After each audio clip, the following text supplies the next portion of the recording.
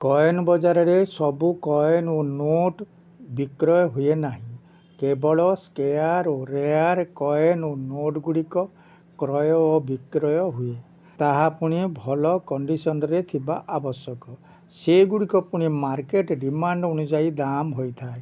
ନମସ୍କାର, ମୁଁ ଗିରିବାବୁ କଏନ୍ ରହସ୍ୟ ୟୁଟ୍ୟୁବ୍ ଚ୍ୟାନେଲରୁ ଆପଣମାନଙ୍କୁ ହାର୍ଦ୍ଦିକ ଅଭିନନ୍ଦନ।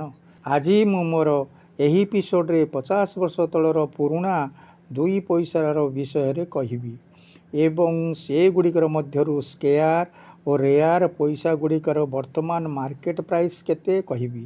ଏହି ପଇସାଗୁଡ଼ିକ 1965 ମସିହାରୁ 1979 ମସିହା ପର୍ଯ୍ୟନ୍ତ ତିଆରି ହୋଇଛି। ଏହା ଆଲୁମିନିୟମ ଓ ମ୍ୟାଗ୍ନେସିୟମ ମିଶ୍ରିତ ଧାତୁରେ ନିର୍ମିତ ହୋଇଛି। ଏହା ଦେଖିବାକୁ ଗୋଲ। ଏହାର ଡାଏମିଟର 20 mm।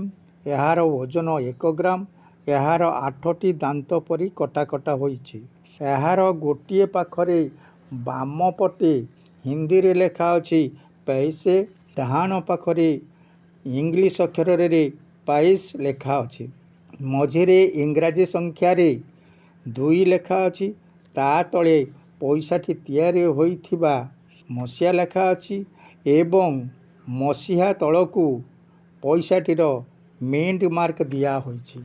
ଏହି ପଇସା 1965 ମସିହାରେ 2ଟି ମିଣ୍ଟରେ ନିର୍ମିତ ହୋଇଛି, ଯଥା କୋଲକାତା ମିଣ୍ଟ ଏବଂ ଅନ୍ୟଟି ହେଉଛି ବମ୍ବେ ମିଣ୍ଟ।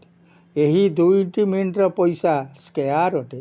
ଏହାର ଦାମ 30 ଟଙ୍କାରୁ ଆରମ୍ଭ କରି 70 ଟଙ୍କା ପର୍ଯ୍ୟନ୍ତ ହେବ ଏବଂ 1966 ମସିହା, 1967 ମସିହା ଓ 1968 ମସିହାରେ ମଧ୍ୟ 2ଟି ମିଣ୍ଟରେ ତିଆରି ହୋଇଛି, ଯଥା କୋଲକାତା ମିଣ୍ଟ ଏବଂ ବମ୍ବେ ମିଣ୍ଟ। ଏହି 2ଟି ମିଣ୍ଟ ମସିହାର ସବୁ ମିଣ୍ଟର ପଇସା ସାଧାରଣ ପଇସା ଅଟେ, କିନ୍ତୁ 1969 ମସିହାର ପଇସାଟି ରେୟାର ପଇସା ଅଟେ। ଏହା କେବଳ ବମ୍ବେ ମିଣ୍ଟରେ ନିର୍ମିତ ହୋଇଛି। ଏହାର ଦାମ 1200 ଟଙ୍କାରୁ ଆରମ୍ଭ କରି 2500 ଟଙ୍କା ପର୍ଯ୍ୟନ୍ତ ହେବ। ଏହାପରେ 1970 ମସିହା ଆଉ 1971 ମସିହା, ଏହି 2ଟି ମସିହାର ପଇସା କେବଳ କୋଲକାତା ମିଣ୍ଟରେ ନିର୍ମିତ ହୋଇଛି। ହେଲେ ଏହି 2ଟି ମସିହାର ପଇସା ସାଧାରଣ ପଇସା ଅଟେ ଏବଂ 1972, 1973, 1974 ଆଉ 1975 ଏହି 4ଟି ମସିହାର ପଇସା 2ଟି ମିଣ୍ଟରେ ନିର୍ମିତ ହୋଇଛି, ଯଥା କୋଲକାତା ମିଣ୍ଟ, ଅନ୍ୟଟି ହେଉଛି ହାଇଦ୍ରାବାଦ ମିଣ୍ଟ। ହେଲେ 1972 ମସିହା, 1973 ମସିହା, 1974 ମସିହାର ସବୁ ମିଣ୍ଟର ପଇସା ସାଧାରଣ ପଇସା ଅଟେ। କେବଳ 1975 ମସିହାର କୋଲକାତା ମିଣ୍ଟର ପଇସାଟି ରେୟାର ଅଟେ। ଏହାର ଦାମ 50 ଟଙ୍କାରୁ 300 ଟଙ୍କା ହେବ। ଆଉ ସବୁ ମସିହାର ପଇସା ସାଧାରଣ ପଇସା ଅଟେ। କେବଳ 1965 ମସିହା, 1969 ମସିହା ଆଉ 1975 ଏହି 3ଟି ମସିହାର ପଇସା ଆପଣମାନେ କଲେକ୍ଟ କରିପାରନ୍ତି। ଏହାର ଦାମ ଆହୁରି ମଧ୍ୟ ବଢ଼ିବାର ସମ୍ଭାବନା ଅଛି। ଆଜିର ଏପିସୋଡ଼ଟି ସମାପ୍ତ କରିବାକୁ ଯାଉଛି।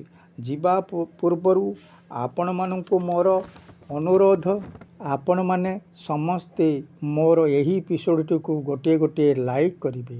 ଯଦି ପୂର୍ବରୁ ମୋର କୌଣସି ଏପିସୋଡ଼ଟି ସବସ୍କ୍ରାଇବ୍ କରିନାହାନ୍ତି, ତାହେଲେ ସବସ୍କ୍ରାଇବ୍ କରିବେ ତଥା ବେଲ୍ ବଟନଟିକୁ କ୍ଲିକ୍ କରିବେ। ରହୁଛି। ଜୟ ହିନ୍ଦ, ଜୟ ଜଗନ୍ନାଥ।